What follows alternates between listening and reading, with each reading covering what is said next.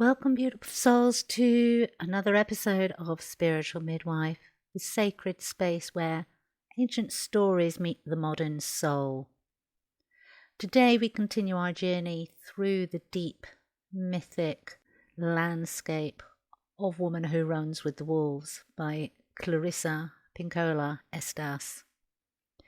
And we're diving into one of the most stirring tales in the book, The Story of the Red Shoes. This is a tale about longing, but not just any longing. It's about wild longing, that insatiable soul hunger that we all feel at different moments in our life. The hunger for connection, authenticity, creative expression, truth, and aliveness.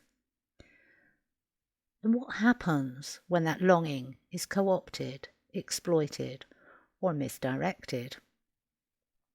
So today we'll explore the true meaning of soul hunger, how cultural and familial conditioning hijack our longing, the symbolism of the red shoes, what happens when we lose the wild instinct, and how to reweave the connection between soul, body, and desire.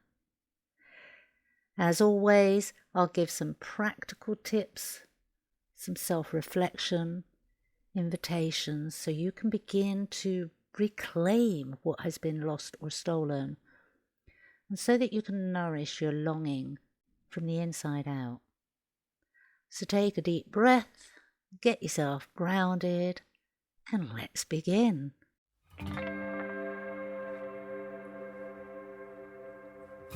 Welcome to Spiritual Midwife, the podcast that tenderly guides you through the transformative journey of spiritual awakening and personal development towards the ultimate destination of soul sovereignty.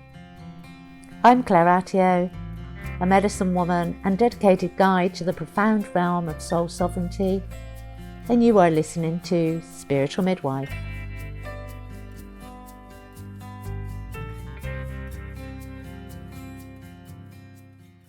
So let's start with the red shoes tale.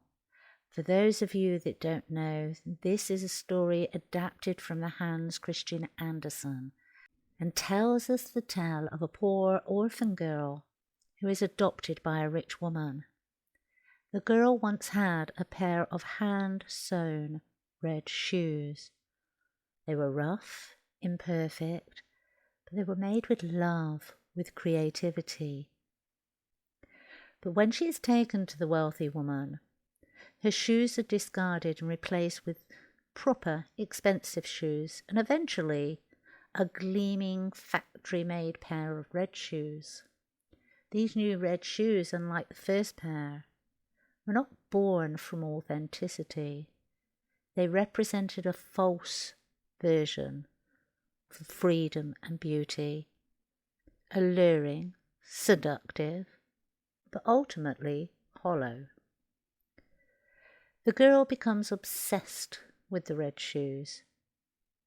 They dance her quite literally to death. She loses control. She can't stop. Eventually, in desperation, she begs the executioner to cut off her feet, which continue to dance away on their own. It is a haunting tale, but like all archetypal tales, it is medicine, and it speaks to a universal human experience. The first version of the red shoes, handmade, imperfect, stitched with creativity and care, symbolize our true essence. They're born from the inner life. But the second pair, the perfect, shiny, store-bought shoes, represent the counterfeit. They symbolize what we're told we should want. Think about it.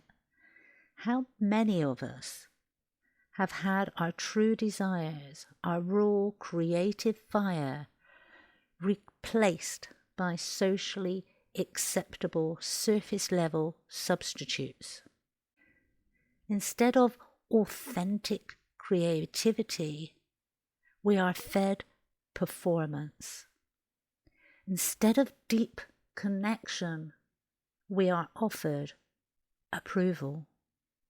Instead of wild joy, we are sold distraction. This is the path of the red shoes. And like in the story, it leads to spiritual numbness, emotional exhaustion, and often a loss of self. When was the last time you abandoned something true for something acceptable? In our society, we're constantly bombarded with messages about what we should desire: beauty, success, productivity, approval, social status.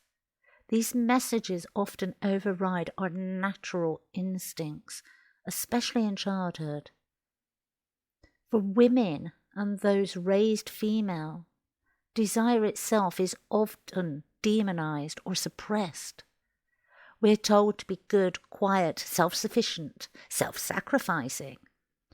And so, when desire does surface, it often gets distorted or projected outwards. In the tale, the red shoes begin to dance on their own because the girl has lost agency. She's no longer connected with the source of her desires. She has become consumed by the image and disconnected from her soul's voice. All healing begins with discernment. We must ask ourselves, is this something I truly want? Or is this something I've been conditioned to believe I want? Am I choosing this with full presence? Does this feel nourishing or depleting? We also must reconnect with the body to be able to get true answers to these questions, because the body knows. True longing is not just mental. It's felt in the bones, the heart, our wombs, the gut. We can feel the shift within our muscles. When something is right, it feels light. And when something is not, it feels heavy. So some practices we can use to reclaim the wild desire: desire mapping. Each day write down what you truly desire, not filtered, not censored. Ask yourself, what do I want today, emotionally, spiritually, sensually, creatively? And allow the words to flow. Do not engage the ego. Do not analyze what you're writing as you're writing it. Just write. You can tidy it up later. You can make it grammatically correct later. Just allow the words to flow through you, because when you do, that's when your true essence flows from you onto the page. Movement meditation. Let your body guide you. Put on music, close your eyes, and let your body move in response to the different emotions. Let your inner rhythm speak. This is the soul's original dance, not the red shoes version. Create a soul shoe collage or artwork, or as many take these days, a vision board, but not of the material things you want. What would your original red shoes look like? Not literal shoes. but the vision, the symbolic representation of your wild self-expression. Make it with your hands. Honour its imperfections. And track your false longings. Tune in, become aware of the moments you're reaching for a substitute, scrolling, buying, performing, pleasing. What is the true desire underneath those actions? That then takes us into some of the deeper work, the shadow work, and the addiction to the false. The red shoes are a metaphor for addiction, not just substance, but addiction to distraction, perfection, validation, approval. This tale is about how soul loss happens, not just through trauma, but through slow, subtle choices that lead us further away from our truth. And it's not about shame, it's about waking up to the fact that we are walking a path that has been narrated for us, not one that we have chosen from soul knowing. And let's not forget the masculine. Let's bring them into the mix. While this series centers around the wild feminine, we are not whole unless we also address that wild masculine. In the red shoes tale, we might consider the masculine as the protector of the sacred desire, the masculine as the boundary keeper, the one who says no to what is false, the masculine as action, helping bring soul longing into form. Ask yourself, what part of me needs to stand guard at the gate of my soul? What part of me is willing to pause the dance, to choose again with intention? The invitation today is to stop, take off the red shoes, and return to your barefooted wild self. Your wildness doesn't need to be loud. Sometimes it's very quiet, still, watchful. It listens, but it's always rooted in soul truth.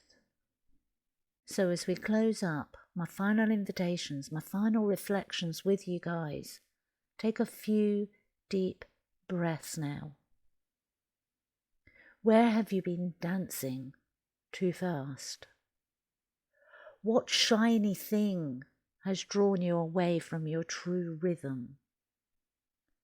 What would it mean to come home to the self that sews their own red shoes, messy, beautiful, sacred? Remember, the red shoes were never the problem. It's who made them and why. Let us return to soul-made beauty, soul-made longing, soul-made truth. Thank you for walking with me today. If today's episode moved something in you, take some time to integrate, journal, walk, create, or simply rest. And if you're ready to go deeper in reclaiming your wild soul and authentic voice, consider joining the Soul Sovereignty Program. Until next time, stay wild, stay sovereign, and remember who you are. You have been listening to Spiritual Midwife, signing off for now.